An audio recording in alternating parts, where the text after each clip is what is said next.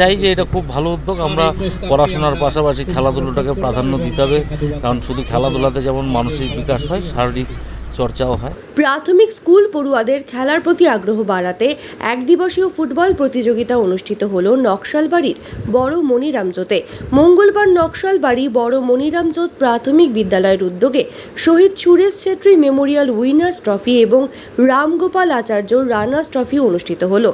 এদিন এই ফুটবল প্রতিযোগিতায় নকশালবাড়ির 12টি প্রাথমিক বিদ্যালয়ে অংশগ্রহণ করে। এদিন খেলায় উপস্থিত ছিলেন শিলিগুড়ি মহকুমা পরিষদের সভাধিপতি অরুণ ঘোষ, পঞ্চায়েত সমিতির সহকারী সভাপতি সজনী সুব্বা এবং শিলিগুড়ি প্রাথমিক শিক্ষা সংসদের চেয়ারম্যান দিলীপ কুমার রায় সহ অন্যান্যরা।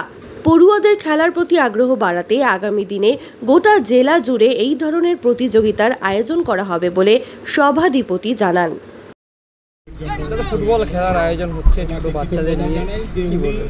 সত্যি খুব ভালো উদ্যোগ।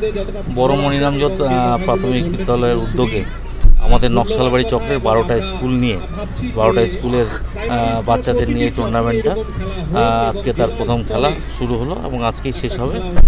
এটা আমরা চাই যে এটা খুব ভালো উদ্যোগ। আমরা পড়াশোনার পাশাপাশি খেলাধুলাটাকে প্রাধান্য দিতে হবে, কারণ শুধু খেলাধুলাতে যেমন মানসিক বিকাশ হয়, শারীরিক চর্চাও হয়।